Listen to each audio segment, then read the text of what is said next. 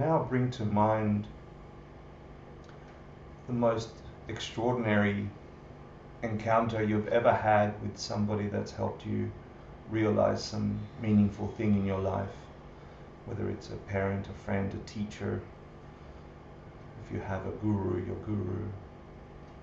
It can be imaginary or real, just whoever comes to mind for the most evolved person you know that's helped you realize profound things in your life, and invite them in front of you and imagine them seated facing you in the same posture you are.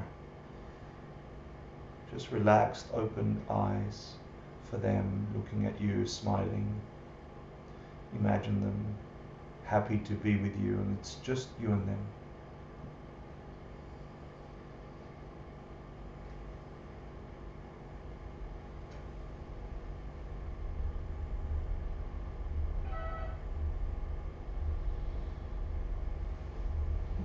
And allow your mind to just think about anything that you admire in them whilst you're imagining them. If you can't imagine a picture of them, imagine the sensation of being close to them. If you can imagine an image of them, see if you can get some clarity by perhaps focusing on the glassiness of their eyes, the softness of their smile, a radiance to their skin. And allow them to be moving, just breathing with you.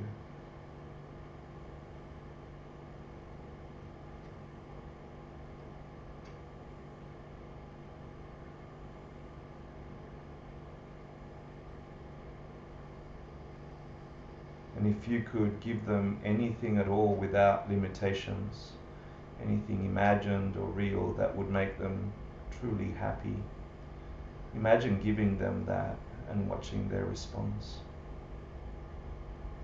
Watching a joy build up in them, a gratitude or a love.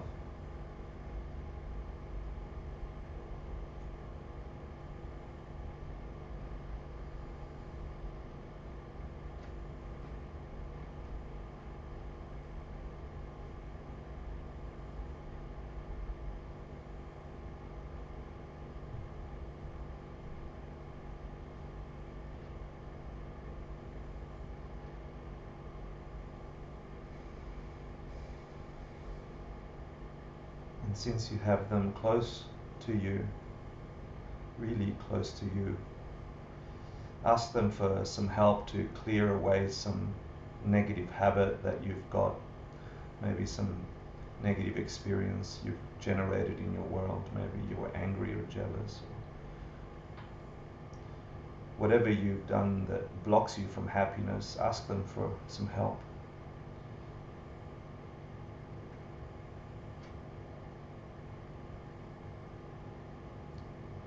And really think that you can clear it out with their help.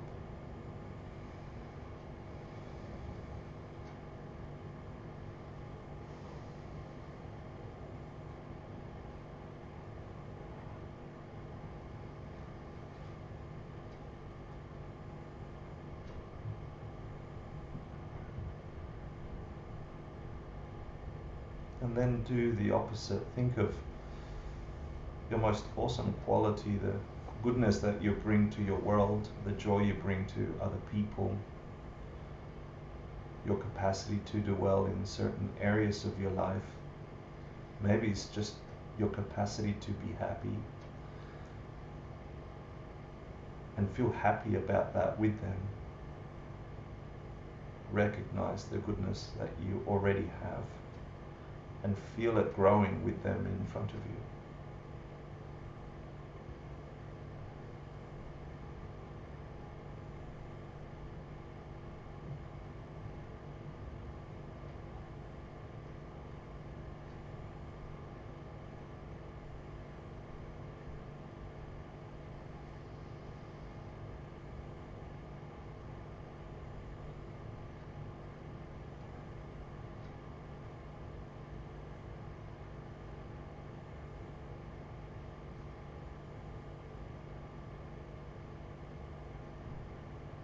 ask them if they would please agree to always teach you, always come to mind or appear in your mind in any circumstance, positive or negative, whereby you may learn something and improve your life. And watch them agree. Meaning at any point in your life, their wisdom will pop into your mind as an answer to this wish.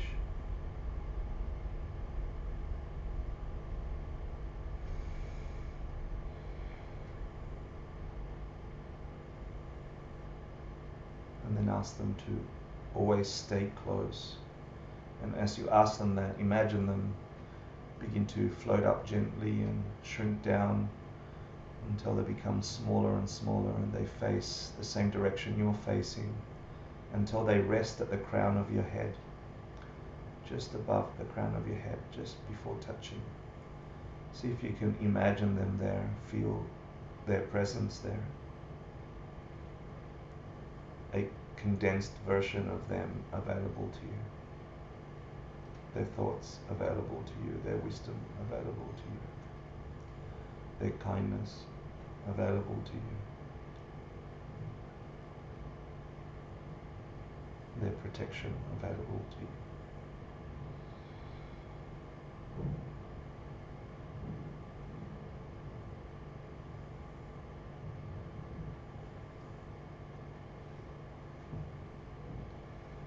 And with them just above the crown of your head, imagine a strong connection between your heart and their heart, your awareness and their awareness, so that you may see the world like they see it.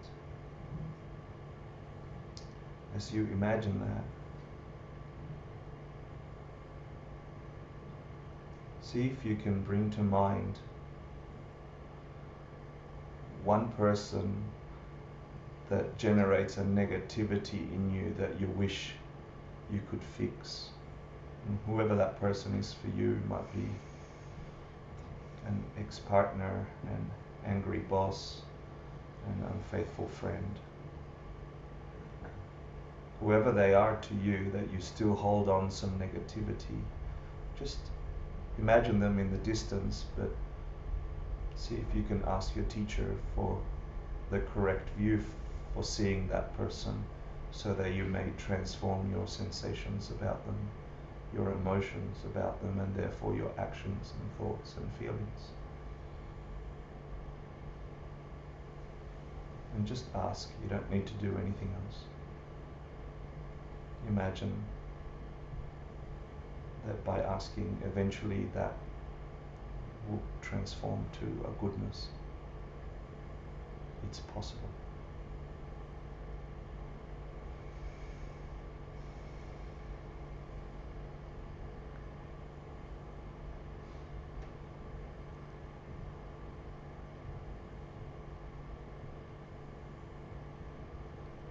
And when you're ready, just gently bring your mind back to the room.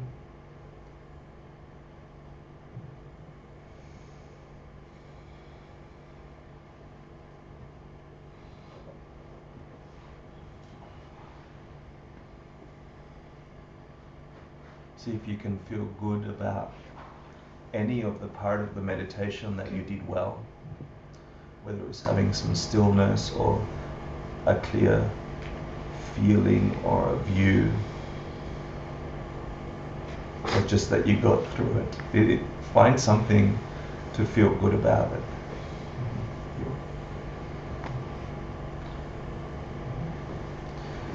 So for those of you that were here last week, I sprung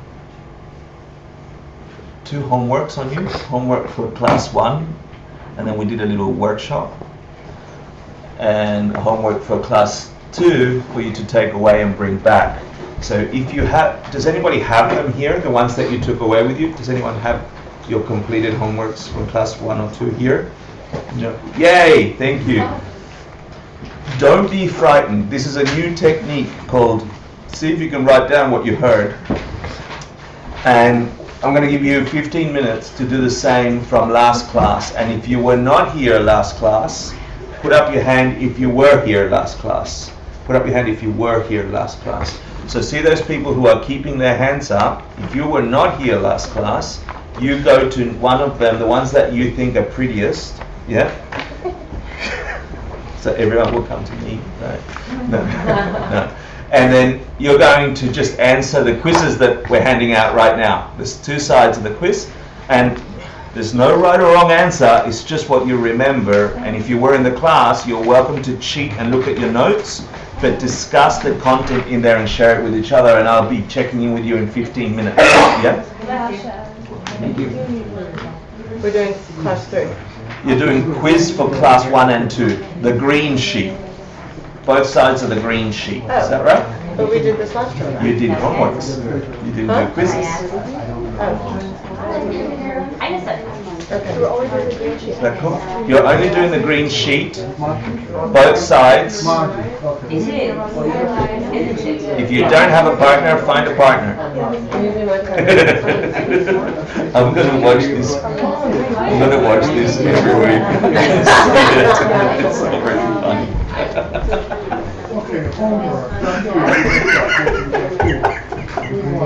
I'm not going to do anything except watch it. Thank you for doing it. If you have any questions, cheat. You're doing the green sheet only, both sides.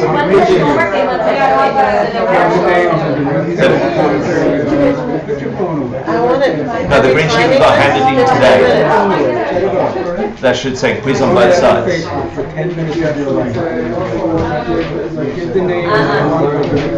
You got it now? No, I have a homework. You don't have a quiz? I didn't ask you to do it.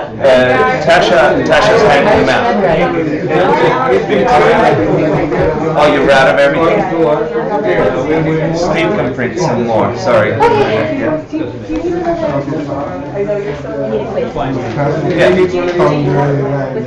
That's homework. That's class 3. Yeah, that's for tonight. You take it away. If there's 3 of you on one sheet, put 3 of your names. That's how I'm going to do it. Yeah? If there's one sheet between 3 of you. The Bodhisattva Master gave us 7. If there's 4 of you and one sheet, 4 of your names on the one sheet.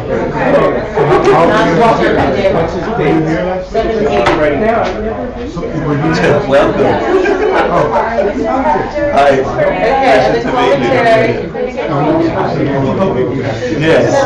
That lady can answer all your questions. Oh yeah? That's my help. She referred me to you. The commentary.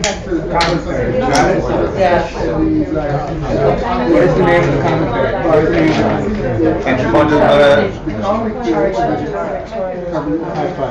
Sasha, doesn't it feel good to know? Yeah, yeah.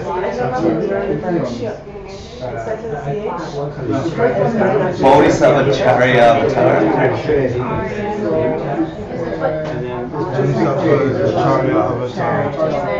Second one is Gyaltsen J. That one. R-E-Y-R. 1364 to 1364 to 14 what? 32. Guide to the Bodhisattva. Ready for number 2? Yeah. You ready for number 2? Cool. But this one is? 1462. Gyaltsen J. 1432. The guide to Jason Campus, right? Right. Gyaltsen J is, you got the name right, right? The entry point for the children of the victorious Buddha. Hector, all on one page, right? Yeah, it's just quiz front and back, right? Quiz for class 1. 5 names on one page. Yep. Yes. If you've only got one page. Here's number 2. We should give one of these to someone. Describe the principal problem of anger that we cannot see directly. Because you might possibly be killing or harming a bodhisattva. Nope. Yep. Say it again. How much?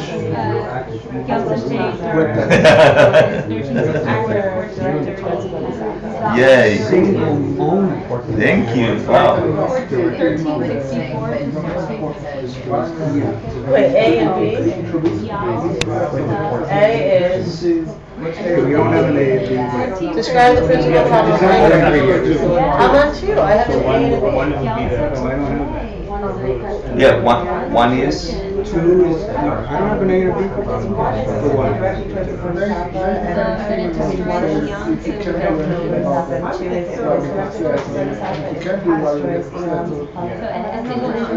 Yeah, I can't remember. You have A and B for. Yeah. Is it for? But I think it's part of it is because if it's directed towards a bodhisattva, It cuts the root of virtue. right, and that therefore can destroy eons of good karma. The immediate cause. Let me look up the answer for you because I The don't second remember. part is since we don't know what the laws are. Right. That's The first one right. is like when it destroys a ton of your Oh, I see. karma. Like it destroys a ton of your karma that you've over lifetime. Yeah, we want Is that since the principal problem of anger is directed Okay. quote from memory line. Quote from memory the lines that describe the immediate cause But of I have an anger issue with that. and Because usefulness. that assumes that there's a self-existent State of logic that supports the idea. Oh, so, kind of I have the same issue. I had the same issue. that we Do you want my can. workaround, which I Not don't why have certainty of, that we can. but I have a sense. As you clean your karma, you begin to see more and more people as bodhisattvas. And eventually you're going to see the person that pissed you off as a bodhisattva for helping you.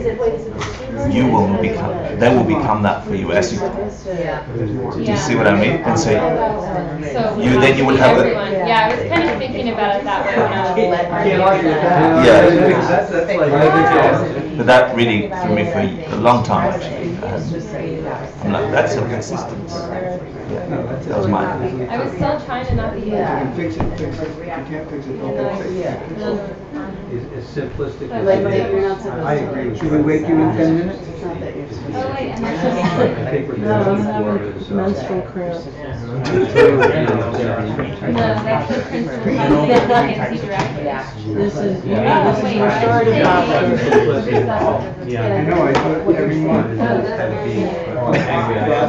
State the logic that supports the idea that we can develop patience. No, it's like an Even it's though an The element idea supports the idea that we can. I love hearing the same question. I like it so much. Why But can't it we? is like can see. State the logic that supports the idea that we Why can can't develop we? patience even towards Okay, great so now it's like can destroys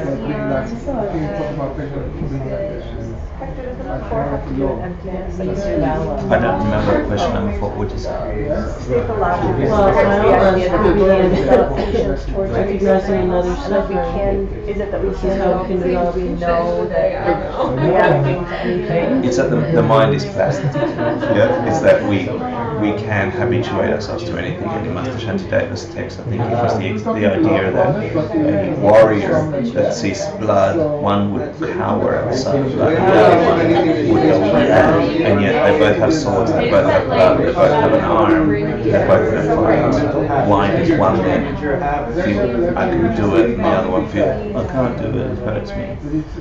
It's because of their mind, and so therefore both minds can be trained to become that. There's nothing different in what they're doing. In that sense, it's and you different. can pick up And friends. dependent arises the habituation, the karma we generate in our mind to cause that effect.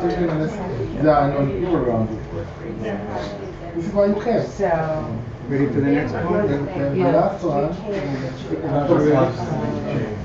Yeah, we can develop patience because of my next question. Because yeah, mind isn't fixed. In general, the physical patients and describe everything. I didn't even hear you talk so fast. In general, there are 3 types good of karma patients. at any instant. Name and describe them Something briefly. that happened to me today.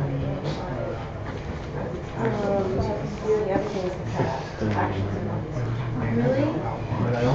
Oh, Nick, welcome. Sorry. I'm thinking we're gonna have a These are, one of these is poetry very weird. readout between you and David. Like you're gonna have a ping pong match.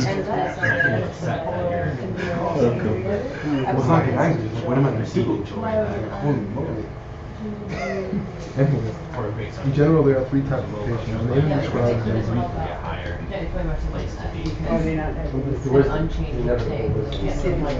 The first one is to be glad that things happen because they offer you a chance to practice. Oh, that's right.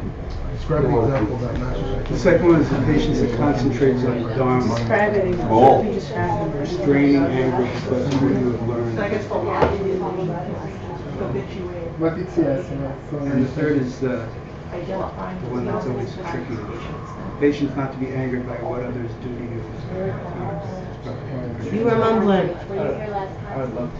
third one is So I'm gonna remember the patience where you don't mind it when others do Be you. glad. Oh, right. Paul, what was number 2? Number two, for which question? Or the one you're on?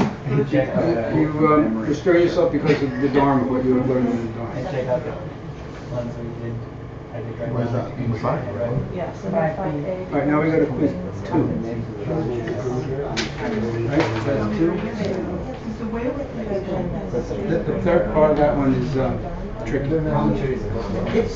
It's someone around you, right? But your perception of what they've done also includes that they've been Well, so it didn't do wrong, it didn't right. and you can start to begin to cultivate Here, listen to this. and compassion. The ability not to become angry when you are blocked from what you want to get, and what you don't want, and when people try to attack you, hurt your reputation, and so on. What's C? It's like external stuff. Not to be angry. Recognizing that it really has nothing to do with you. Yeah, more than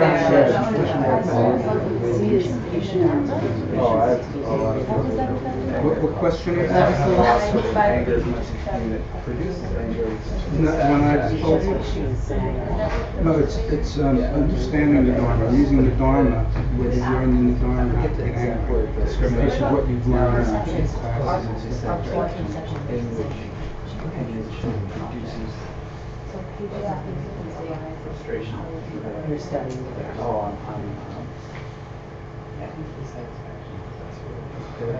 What's the first one? Which one? Describe the example that Master Shankara uses to refute the idea that we can be angry at persons who harm us in a way which appears to be intentional. For me,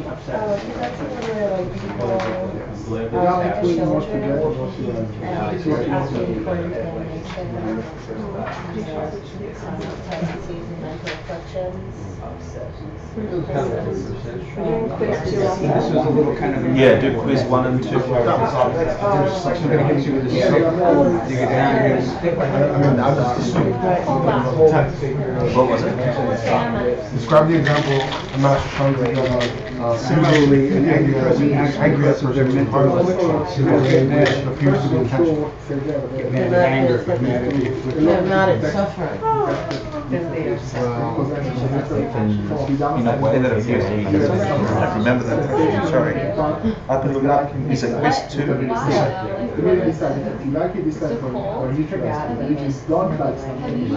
What number? Let's count rejection, then the mental dimension is going to create anger. But if you like it, That's push away, so it's also going to create anger. So it's always when what you want and what It's like it was the example about being angry at your spleen or your liver and so on. It's not like when you get sick and a part of your body goes bad and you feel angry because your liver did something wrong, your stomach did something wrong, your foot did something wrong. You don't get upset at the fault because you recognize that it's not the source of your pain. Something else caused it. And likewise, when people around you are afflicted by their mental afflictions, their anger, their ignorance, their frustration, you shouldn't be angry at them. You should be angry at anger and frustration, just like you would be angry at your liver. doesn't get paid a real now. Hopefully it comes out of back. Well, now to Here's become the the next next question. stage. I don't like this question. Which Name the principal qualities of the primal one and self-existent being which were believed in Satisfaction. early non-Buddhist religions. So I'm gonna write the satisfaction here. You already have Principal more. qualities.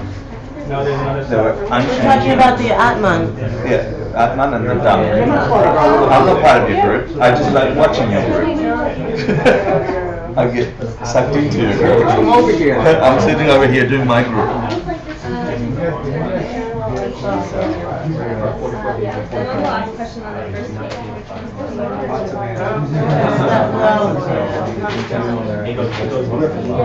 The Atman is the creator. Sometimes the primal one creates all things as expressions of himself. Self-existent being, Yeah, but he said. also known as the original Yeah, we got it entity, later. experiences all objects on his own. So yes, there are houses, but like in the context of Unchanging. the Yes, diction. unchanging, all powerful, creator, not omnipotent, creator of everything. Harmless in a way which appears. That is hysterical. I'm cool, Describe. but like I do it, but I'm like. What causes a thing to ever change? Just like if anyone's ever like rude to me or whatever, I'm just like. Chance to work on whatever. You know what I mean? My view. So this is the Moshi as a way to work on. When we did the Mushimusum, The thing is changed by the changing energy of the thing that produced it. Right. Acts upon it. You got that What answer? do you, what else do you change? You back to change Causes the thing to You got change. it, yeah. So Thing that's looking at the it. changing thing must have And this then another energy composite of that's the produced Oh, by another okay, entity, which are in, Cause the thing. have the energy of changing. Changing Nuts. things cause things, produce things. The other one is like Changing just things, not produce changing. things. They're all Like you're synonyms, just like, produce oh, things, changing well, things. I'm just like. Cause Changing things. things, cause things, And must produce things. Oh my God, it's crazy. There's little echoes everywhere. Emanating echoes. Because of your knowledge of the Dharma. What do you make the affliction less affliction? There's affliction in general. Start with the created the karma for somebody else's affliction too.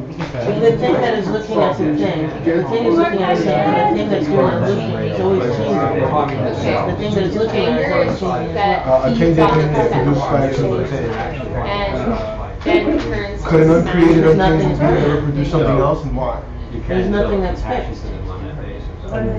No, And then Why? turns to smash. because he can't change himself. Yeah. He can't change himself. What does that mean then? He can't produce anything Why? because it stagnates. It's not changing. Yeah, so if it goes from nothing created to something created, that's a change. And even if he doesn't do anything or she doesn't do anything, and they just have the intent to change something that's already a change.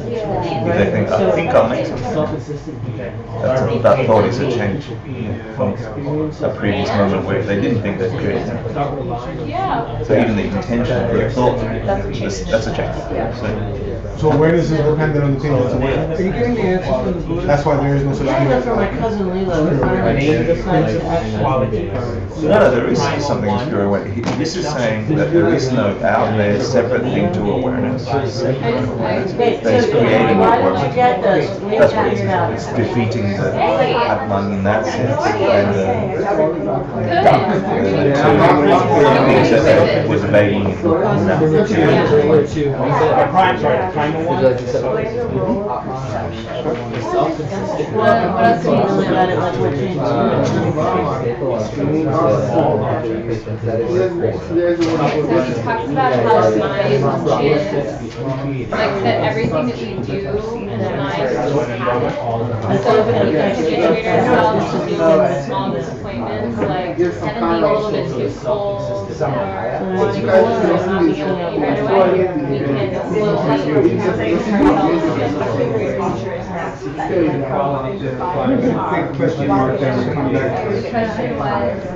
But that brings us to exactly to the next question. Uncreated, unchanging being or produce something else or why? Yeah, but he said As long as because it's the fine. mind works that way. But it's, it's like to ever change. And we can already like sort of. It's uncreated, it's unchanging. Qualities of this God or whatever. Well, no. Well, The what? non-existent self. But there is a rejection from mind. Fiction option, but when the other person don't change, all That's because you thought that's what you which is correct. But you still shouldn't get angry Yeah, but I because you should expect it to be that. Why get angry? So it's like two wrong perceptions. So, I was a little bit confused by the first question was worded, but I think the answer is. He's slashing every excuse we have for getting angry. He's like, that's not an excuse. That's not It's an like excuse. kind of saying like you shouldn't. 1 minute, please. 2 minutes. 2 minutes. 2 minutes. Any more bits? 1 minute? No, we have to still go on the subject. Yeah, same. Because of the object of Do the it. So, why do the question I want to answer to? So question I'm gonna do panorama with your question. why do we live in a desire world where humans are able to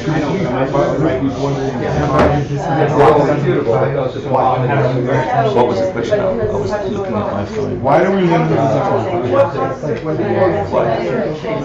Yeah, it doesn't generate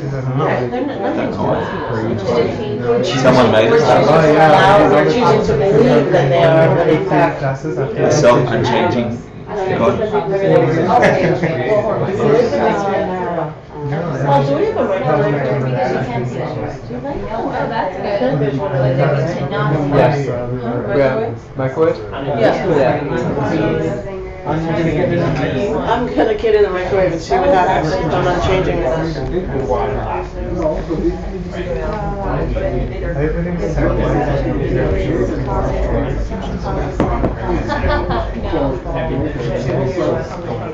Oh, really?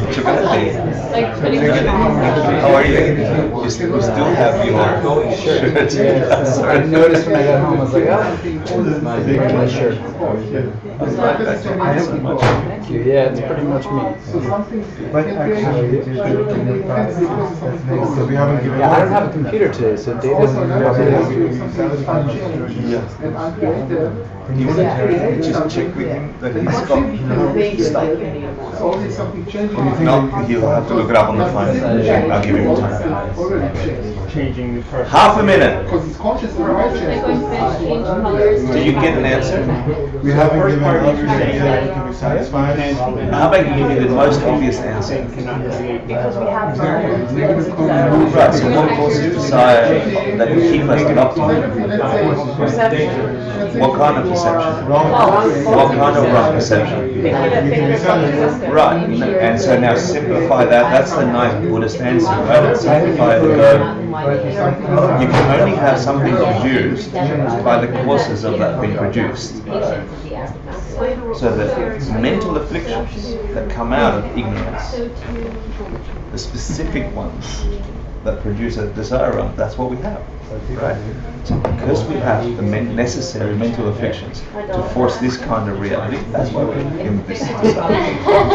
If we had a different set of misperceptions, we would be in the formal formulas. Because of the collection of misperceptions. That's it, yeah. So because of our mental afflictions, that's the fact. That's what's one of the realizations you have in the path of sin. You realize, like this, meaning I did come here because of the causes I've created to experience my world this way. afraid have you seen? Massaging a dog. I just wanted to make sure you have the reading. Okay, let me open it. Okay, I showed Hector and he's already seen it. Even if it's the follow the primal one and the self-esteem. 11 reading. Yeah, I don't know this one. I remember he spoke about it. So then the first one we have is 13. Oh, unchanging, Contemplation. unmovable. Oh, okay, good. He created everything.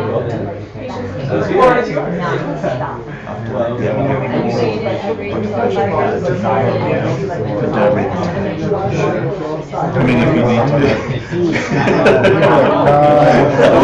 What else? Okay, so we're gonna do 13. I think it's up to 19. Alright, Yeah. I'll just have it open. Okay, time's up, ladies and gentlemen. Anyone not finished? Cool, you got a minute, less a minute. Can you be the boss of picking up everybody's piece of paper with all their names? Make sure your name, if you're in a group, are on top of that sheet, because I would love a record of who's here. Yeah? I don't care whether you get it right or wrong. Are we gonna go over that? Not specifically, we're going to do this class. Yeah? All I didn't get was quote from memory the lines that describe the immediate cause. If there is something you can do about it, there's no use in worrying about it. If there's nothing you can do about it, there's no point in worrying about it. Can do. So if, which one is that? Should I hand it in if I have like 5 questions, okay? Yeah, sure. Or you can hold it till the end of class and fill them in Whatever it is. Okay. in secret at the break.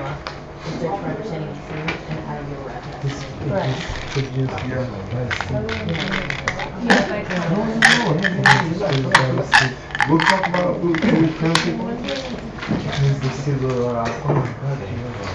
It's okay. I know. Everybody My handwriting's good. I understand. If there is any, if there's anything you can do about it. That's good. Right, I'm still here. I know.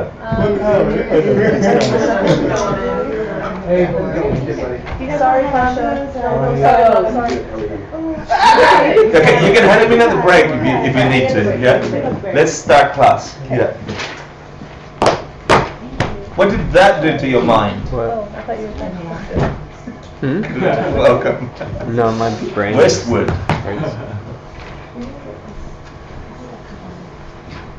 Let me just prepare. So, okay.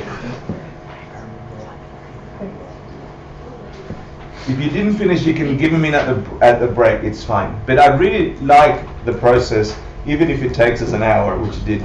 I actually think we're living such busy lives in New York, we never get to this, and this is fundamental for learning, I think. Because you just know, oh, what is that? And you rethink it, and this is mental habituation. This is the discipline of getting something in your mind. And you're unlikely to come back to this particular class and review it in this detail in the next year. Because it'll be another class and another thing, and it can be overwhelming. So may as well just get an extra 10 minutes of that idea in your head, and then you can have it a little bit deeper in the groove of your mind. Today's class is, we're on the chapter on patience, right? Which is literally the art of not getting angry when you're usually expected to on planet Earth. If you want to live a normal, boring, predictable human existence whereby you are born, you grow up, you have some wonderful experiences, they start turning to crap, you start losing a limb, your hair falls, you get a tummy, you get depressed, your partner leaves you, you lose your job, your career has nothing to do. Go to a nursing home and ask them what they did in their lives that was really important, and they'll tell you, but why aren't they doing it now? Go to a nursing home and ask them to tell the stories of falling in love with that perfect partner and all the joy that they had with that. And for a few exceptions, ask them where their partners are now. And this is a traditional, normal human existence on uninquired planet Earth, Desiro. So Master Shantideva says there is an option to have an existence on the planet that does not have to necessarily end up with those same predictable, boring, unexpected surprises. What? I'm surprised. I'm going to get sick and old and oh my God, did you realize such and such person died the other day? We've been on the planet for a long time and we still get shocked that somebody died. What's wrong with you? What's wrong with me if we are so shocked? It's going to happen to you. This, if you got this, it's going to happen to you. Now, what happens to your mind as that happens is a big, big question, a big story. And the purpose of this book is to transform your mind so as to not experience those things in the way we are so surprised and shocked when they happen to us. My girlfriend left me, my boyfriend left me, I got fired from a job. Find me a person that didn't on the planet in all history. Find me a person that didn't get old and die. Find me a person that didn't. In the normal, undug experience of living a life on this planet, this thing we're calling Buddhism, but it's really an inquiry into what is this experience we're having here. Is it fixed? Is it this way? Or can it be something else? And to Buddha, to wake up, Buddha, wake up, to awake, is to awake to the realization, to make real the illusion that we're living. And our illusion we share because we're the human beings on this planet and we share a common language about how the world happens. That illusion is not fixed, it's not the way it is from its own side. This is a big wisdom about waking up. This book wakes us up to that, or gives us, it's interesting, right? Because we come here for some kind of refuge. We think the answer is going to be here for me, and it isn't. The answer is going to be in you doing your homework. Because in doing your homework or quizzes or inquiring or questioning, you are putting something in your mind. There's nothing in this thing that can help you. There's nothing in these words that can help you from the word side. Otherwise, everybody that read them would go, oh, now I'm fixed. I'm awake. I'm a Buddha. That doesn't happen. So you need to internalize and realize, make real something that was not real before. And this particular book says to clear away the obstacles to our illusion of existence that causes so much suffering, one huge perfection, one practice that we need to perfect is the perfection of patience. And it's not the perfection of being really good at waiting for a bus. It's the perfection of patience, which means the perfection of not getting angry when we're so accustomed to get angry. In the first class we talked about the food of anger, which destroys so much of our happiness and creates and generates the unhappiness and suffering we experience in this realm. The food for anger is, anyone? Upsetness, getting irritated, right? It begins that way. It's the food that then the monster of anger of our minds connects to and feeds and grows and then leads us to do or say or think something stupid, because it will, that stupidity, that negativity, that abruptness, that anger will just generate more of the same in our experience. That's all. So the chapter on patience is really the chapter on all these techniques which disprove the rationale we seem to have about anger is going to fix things. Master Shantideva, last class and this class and the first class, is just slashing at our reasoning to say, I've got an excuse to get angry. Yeah, but that person hurt me. He cuts it. But they said this to me. He cuts it and he'll do it again today. This is the end of the 3 sections we talk about the chapter on patience. Next week we start joyful effort, a completely different topic, right? So this takes about 9 months more in a monastery to study, and we did it in 3 nights, right? Because whatever. But you see, I don't know. You're going to get an insight that you can use out of these 3 nights. You're going to get something you can use.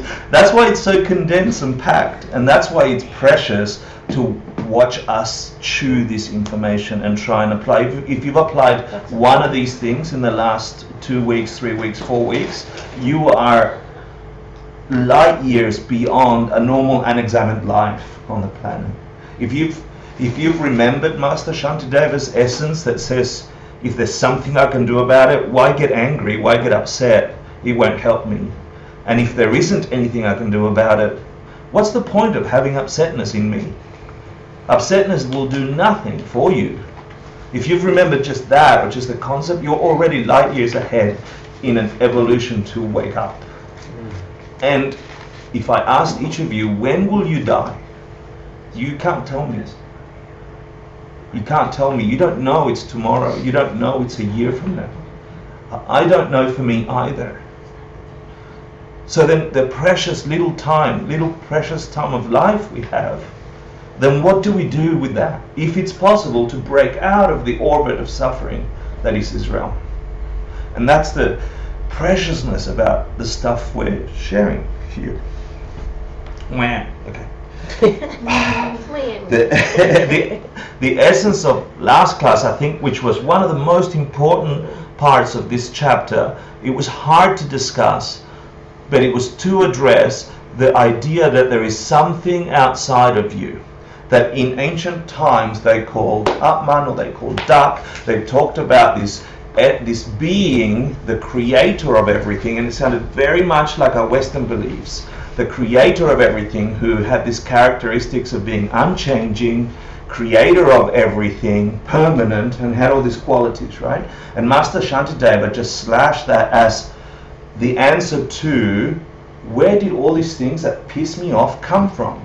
Okay, if we're talking about anger, and if we can get rid of anger, my life can be woken up. If I can get rid of anger, I really have the headspace to see what reality is like and then create some positive experience to wake up. If I can just get rid of anger. So the question is, where did all these things that force me to be angry come from? And Master Shantideva, just the biggest jewel to get out of here is, if you think that there is something outside what's going on in your minds and hearts that's creating the angry boss, the shitty situation, the broken job, the bad relationships, the abusive parents, the depression in your head, blah, blah, if some God created it, if some existent thing outside of you, then you're screwed, because someone's got your life by the cojones.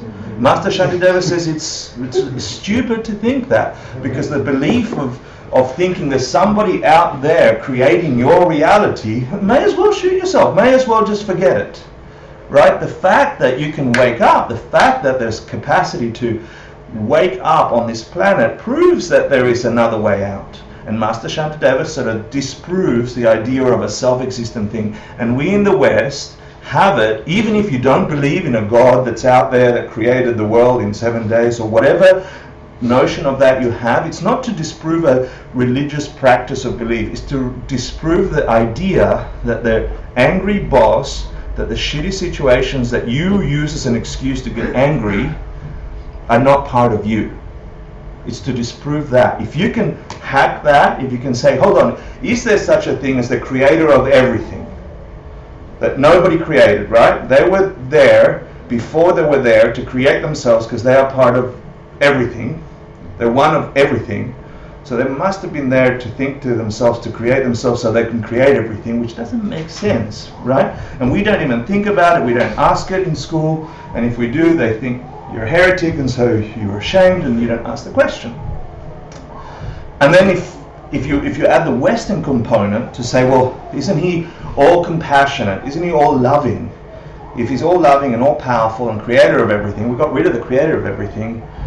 If that being is all loving and all powerful, either they're sadistic and they're not all loving, because children are being hurt and people are getting cancer, and it's not fun. It's not like a test. Let's do a test on that human being and give them cancer for 3 years. It's not a fun test. So either they can't do anything about it, not a powerful, all-powerful being, or they don't want to do anything about it, not compassionate. So you can't have those qualities in a creature that's creating your reality. Impossible.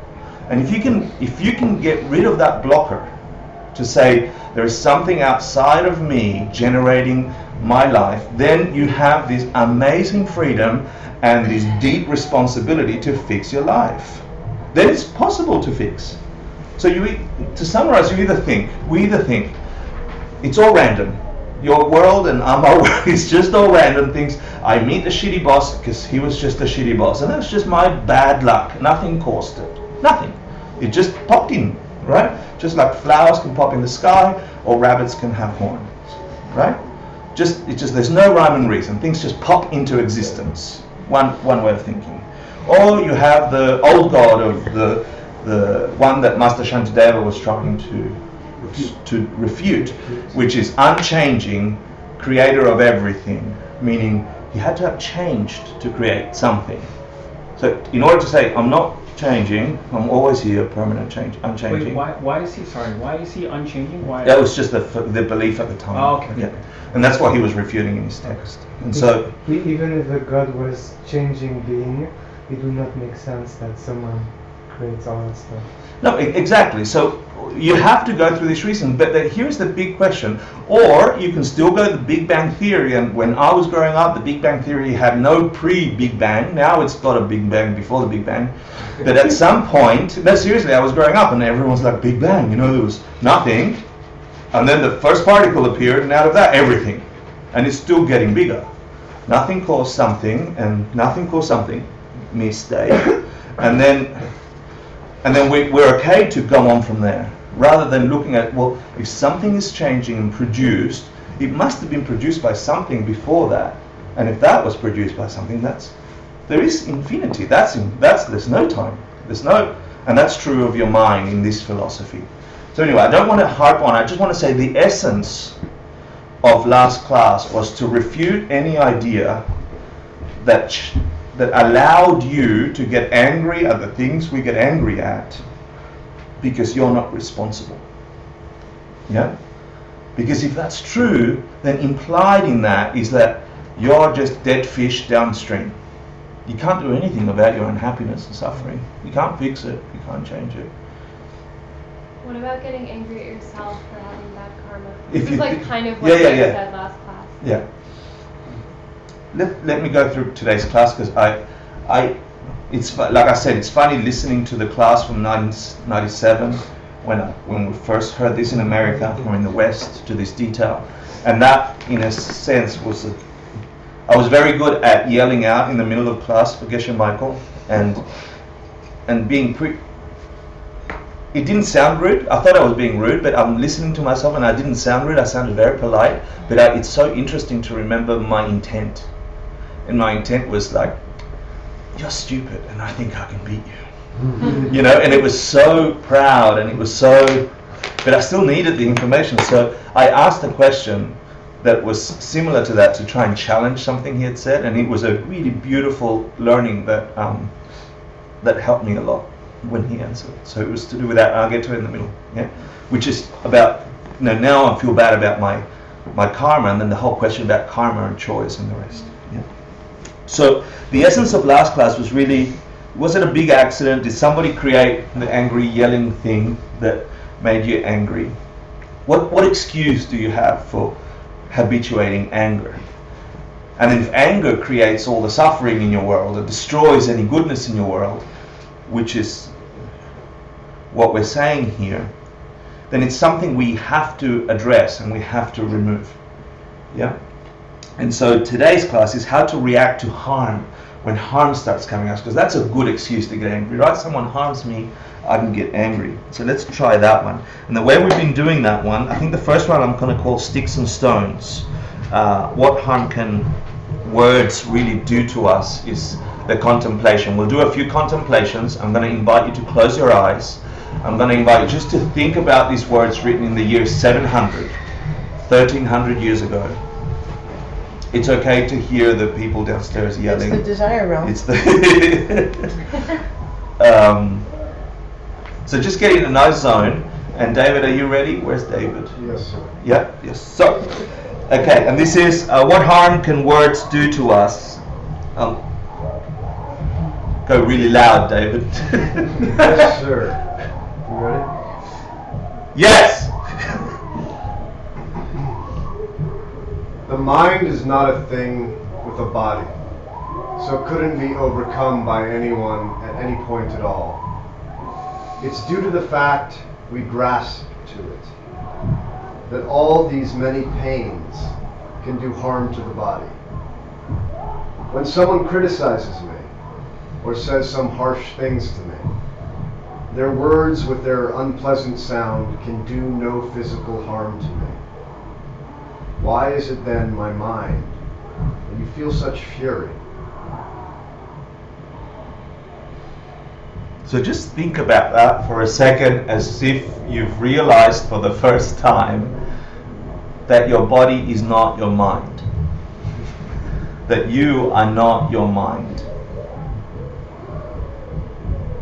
You are not your body. That the arm is not who you are.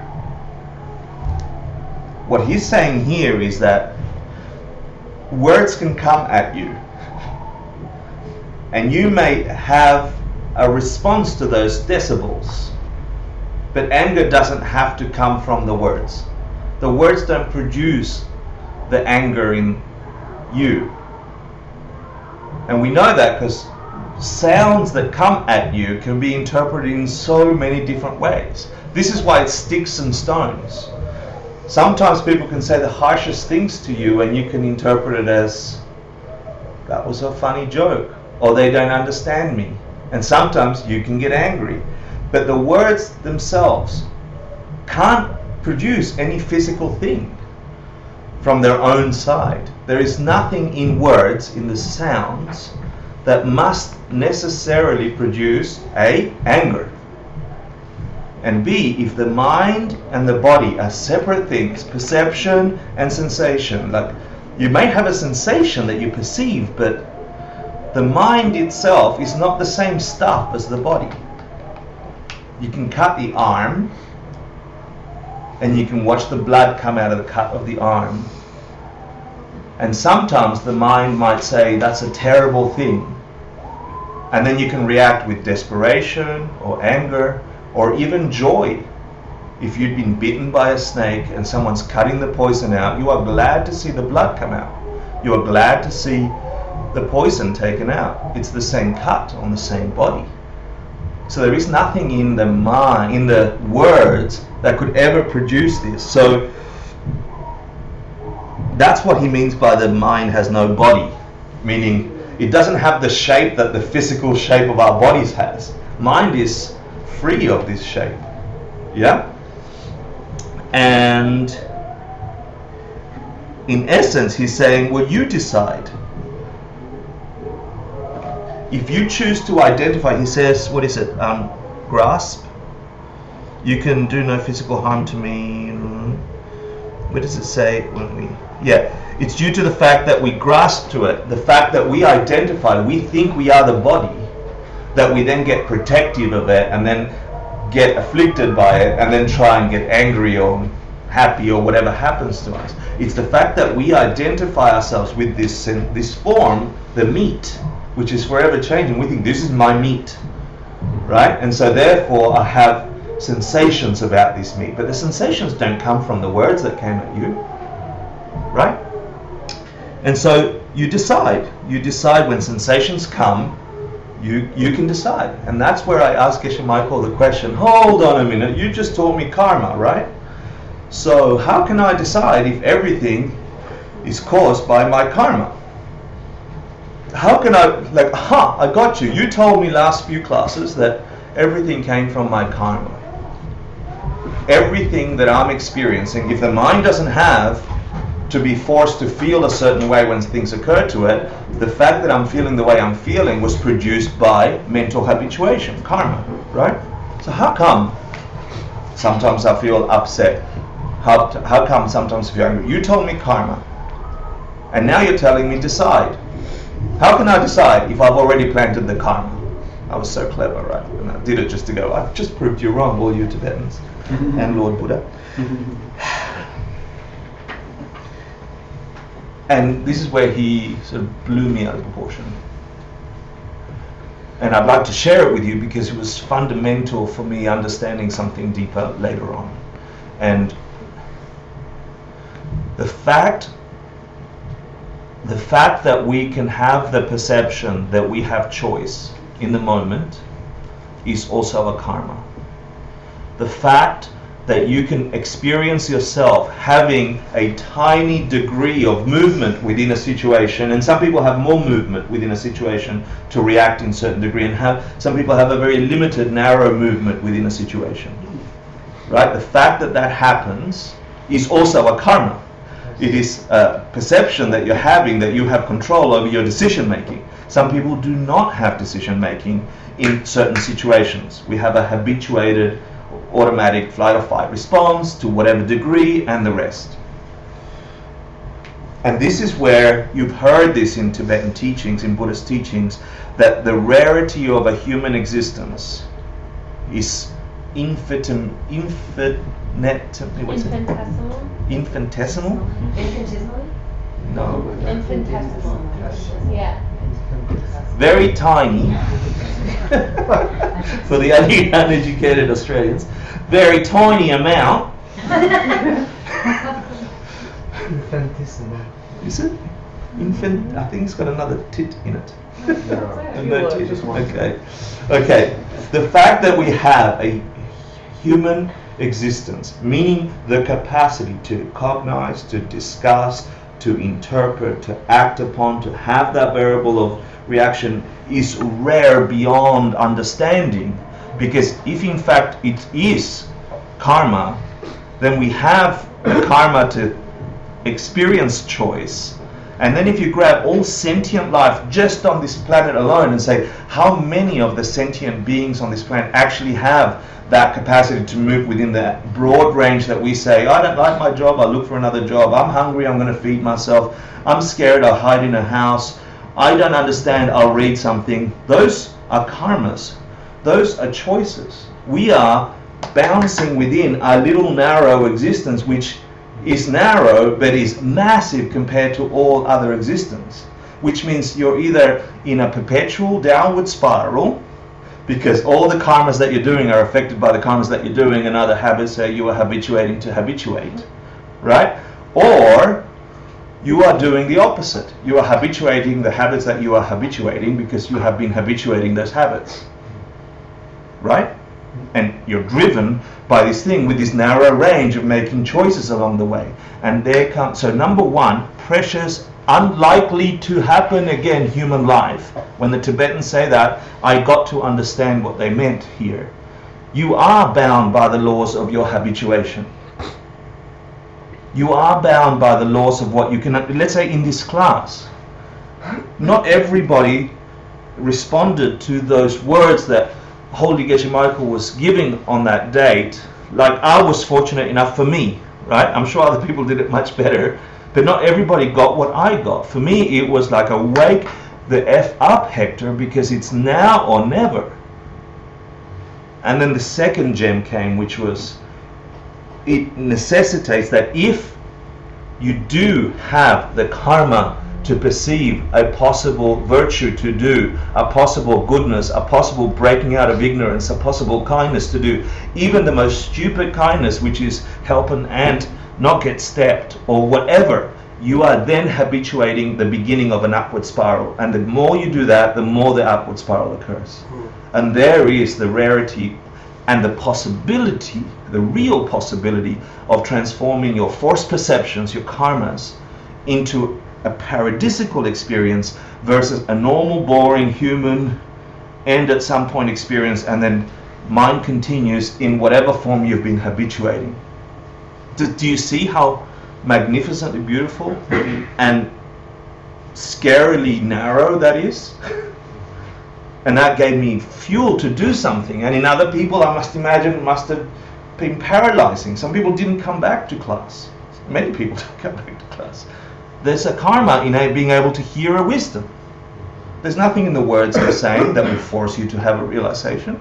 There's nothing. There's just tiny degrees of the capacity to perceive ourselves have choice. And that is only ever habituated by the way you engage with reality, the way you engage with the things you're experiencing at every moment. It's a big deal. The bottom line is, karmic habits are difficult to break out of. It's not impossible though.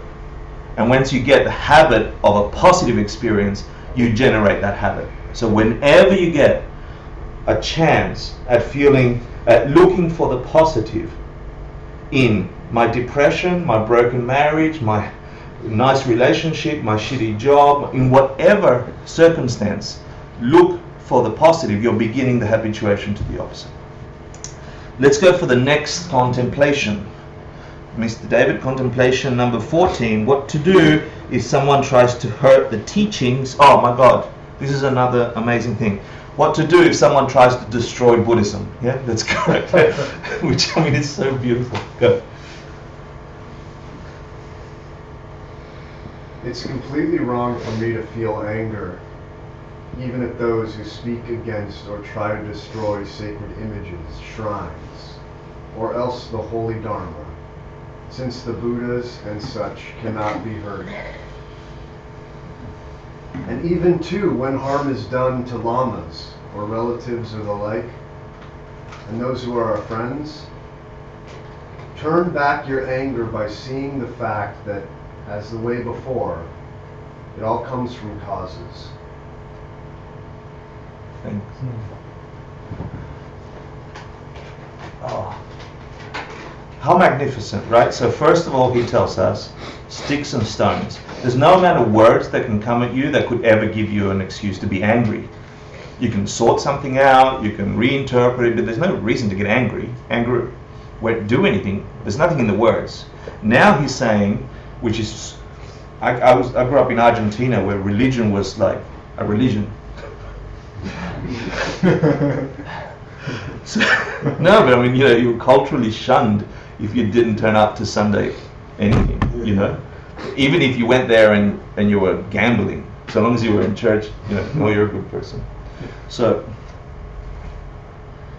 I hadn't heard before a religious or a spiritual community or teaching say, doesn't matter if they burn all this stuff down, it's no excuse for you to be angry. First of all, at the people that did it or the fact that it's done.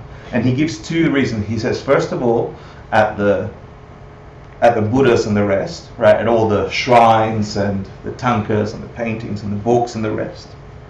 And secondly, he says, even if they do that to your lama, to your teacher, which in Buddhism, it means that you're supposed to see your teacher as if they were the Buddha themselves.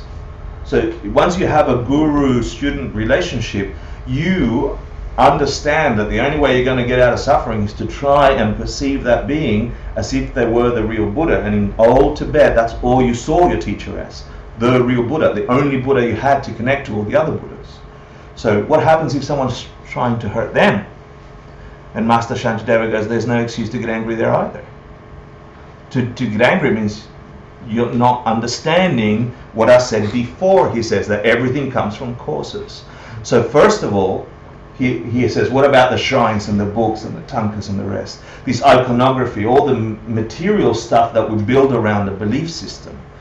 There's no Buddha sitting in there, inside the metal, right? That's a statue of a Buddha. It's representing something, right? And what are all these for? What do we create temples for? What are stupas supposed to represent? They're offerings or representations of the three jewels, right? The three jewels are the three things that define us as Buddhists, the things we take refuge in, the things we go and take refuge in, these temples and so on, right? And the jewels are the Buddha jewel, the Dharma jewel, and the Sangha jewel, not this building. The Buddha jewel, the Dharma jewel, and the Sangha jewel, which is the nominal and the ultimate of each one of those. And the nominal Buddha jewel is the Buddha, the living Buddha, right? Which is not around at the moment, so they can't hurt him. So why get angry, right? The ultimate Buddha jewel, what's the Buddha jewel? What's the ultimate Buddha jewel? Emptiness of the Buddha's mind. The emptiness of the Buddha's mind. Think about what you're saying, okay? The Dharmakaya. The fact that there is no nature in a mind perceiving itself as a Buddha that forces it to be Buddha. It's just the habituation. That mind hasn't got coming from it, Buddha-ness, from its own side, that it is its own perception, its own habituation, all its virtue ripening into Buddha. The emptiness of the Buddha's mind is the essence of the Buddha jewel. Can destroying that and that and that destroy the emptiness of the Buddha's mind? No. So why get angry, he's saying. And he's saying the same for the Dharma jewel. What's the Dharma jewel? Nominal Dharma is the books, right? All the thousands of books that got burnt by the Chinese in the 1950s and 60s. Monastery after monastery, library after library being destroyed of precious, holy books that have the secrets of getting enlightened. And Master Shantideva saying, if you get angry at the Chinese, you're not a practicing Buddhist. Not only that, you're going to stay in samsara. You can't get out of suffering if you get angry at the Chinese. Because can they destroy the Dharma? There's the nominal Dharma, which are the books. What's the ultimate Dharma? Realizations. The realizations on the 5 paths. The fact that things are empty, ultimately. Can that be destroyed by fire or burning or looting or punching? No. So why are you getting angry?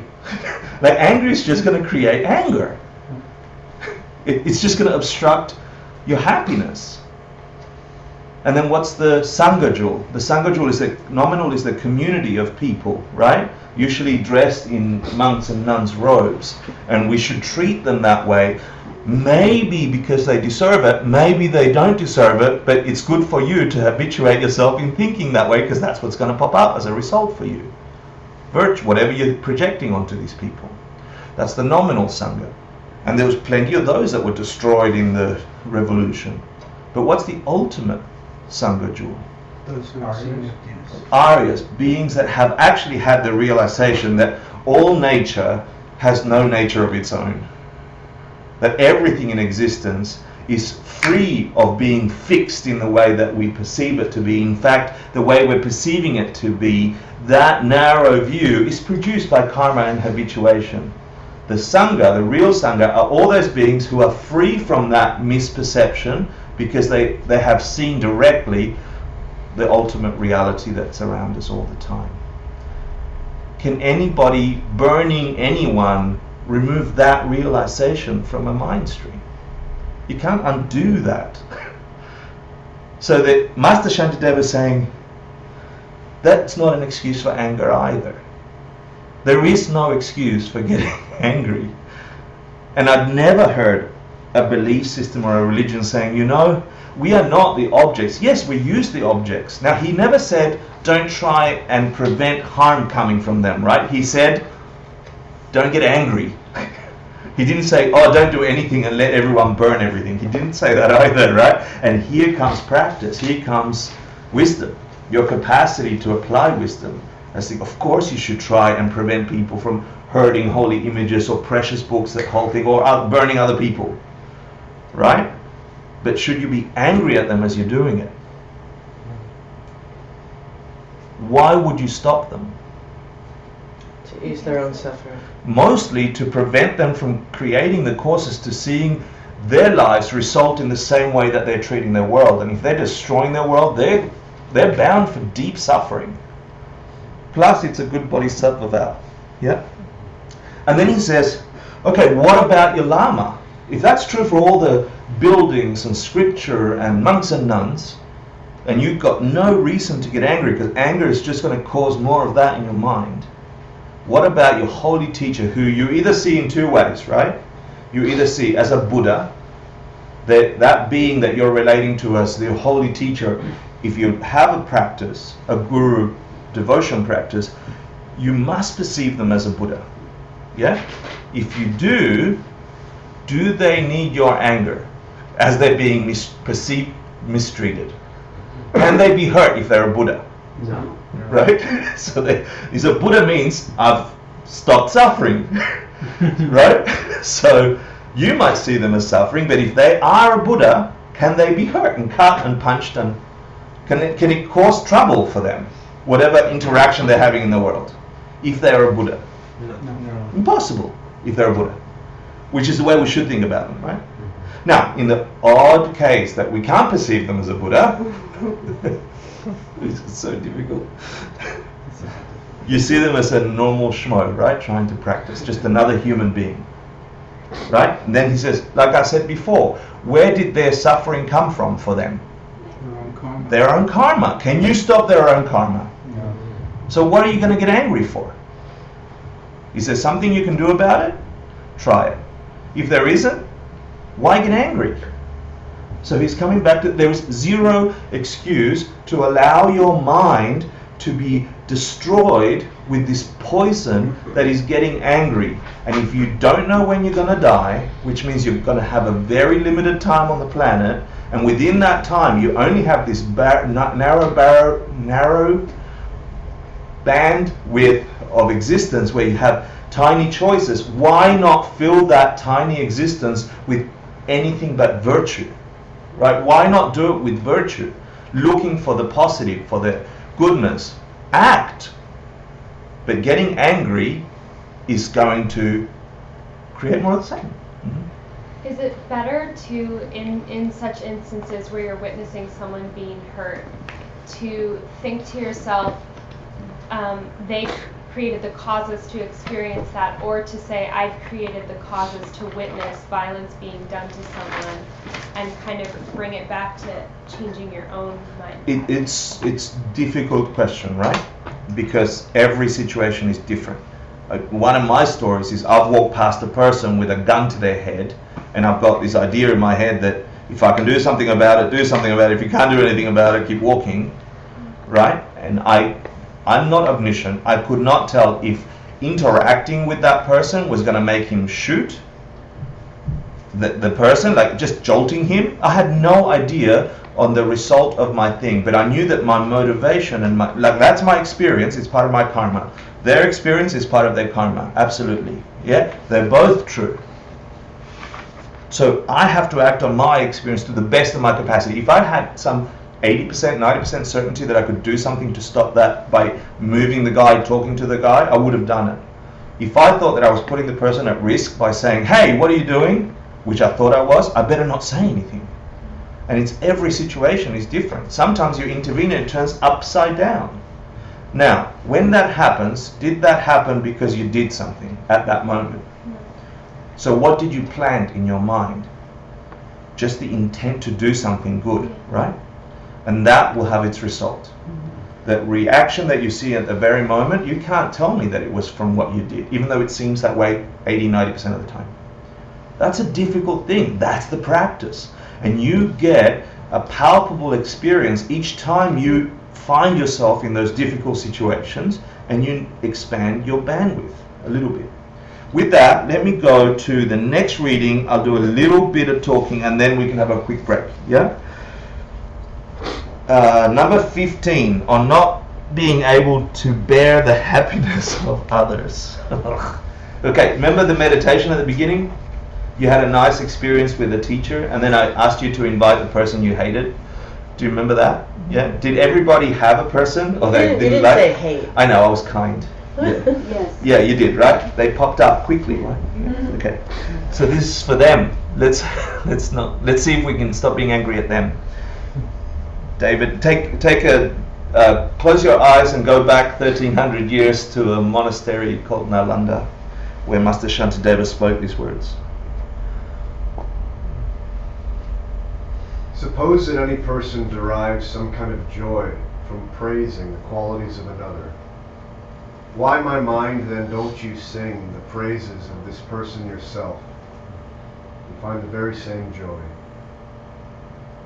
The happiness of taking this joy has been admitted by all of those who possess high qualities to provide an irreproachable source of happiness.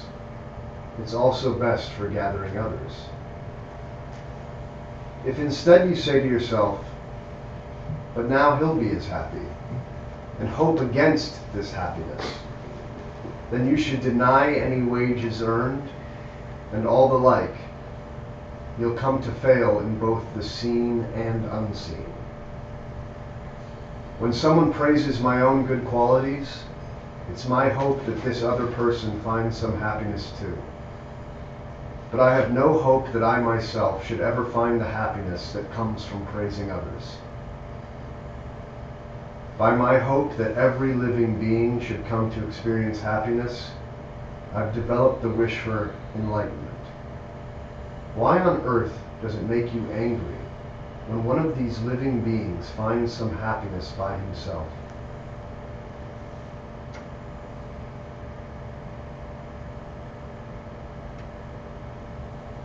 Thanks. Okay.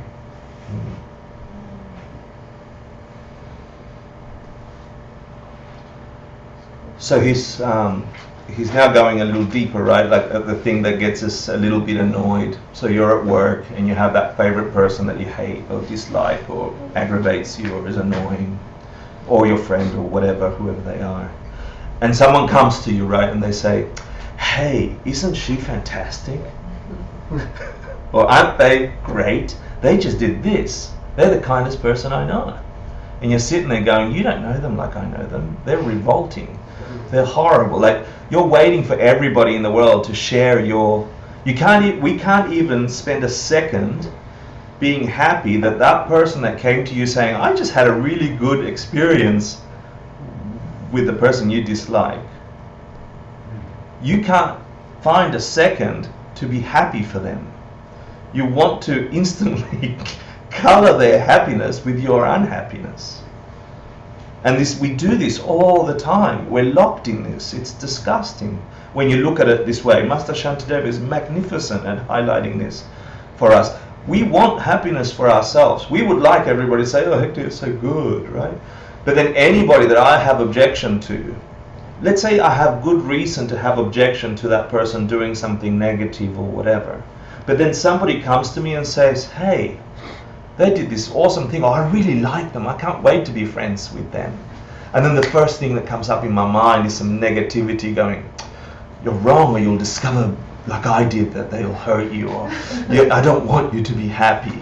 I don't want them to have the joy of being thought of as a good person. As if they've got no hope of ever becoming a good person. It's disgusting. And we're trapped by this view, right? Because we want to hold on to that solid view. It's interesting because the fact that we want to convince everybody else desperately to share our views sort of proves that we're not very solid in our view. Because we're trying to collect more and more people to say, oh, don't you see what I see? Don't you see? You must see what I see, therefore our group sees what we see, right? And their group is wrong. If we were really solid that what we saw was truth, it didn't matter what people came and said. You wouldn't need more people rallying behind your view if you're really strong and solid in your view. But that aside, even if your view was completely right and that person is terrible, and in 1 minute of joy that person did a goodness, there's nobody on the planet that I know that is 100% evil and disgusting. Everybody, like you and I, have part good and part bad. That's why we're here. Part of us fail and part of us succeed. We're successful at some things in life, and at some other things we've failed, sometimes often and sometimes every now and then. So does the person you dislike. And so shouldn't you wish upon them what you wish for you, which is some goodness or some getting out of that negativity? And that's what he's saying here. And he gives us 4 things really in rejoicing on others' happiness. He says the seen and unseen, right? So in the seen, he means in this life. Having joy about that person being happy for something gives you a pleasure here in this life right now. That's the seen. And in the unseen, he goes, it'll make you happy in the long run. In future lives, you'll get the results of that karma too, because you're doing the upward spiral. And then he says it attracts others, right? And particularly in groups like Dharma groups or your work group, whatever, knowing that people bicker just turns people off. Thinking, no, I don't want her to be happy, I want him to be happy. Are you on that side or are you on that side? It's just more normal human crap, it's just in a different setting. It won't attract more people. People come here or to goodness because they think there's goodness, not because there's more of the same. And lastly, he says, being unhappy about them just creates more of your unhappiness, and it'll just generate more unhappiness. So those are the 4 things. So take a break, if you can, 5 minutes. Yeah? Just really quick before we take a break, one of the things that I teach with my students is in working with anger towards someone else, is in wishing someone else happiness, for them to be really happy and loved, they would have no cause to hurt anyone else. Because every single one of us wants to be loved and to love. And if every one of us was, there would be no suffering. No suffering, no hurt. Beautiful. Thank you. Take a break, 5 minutes.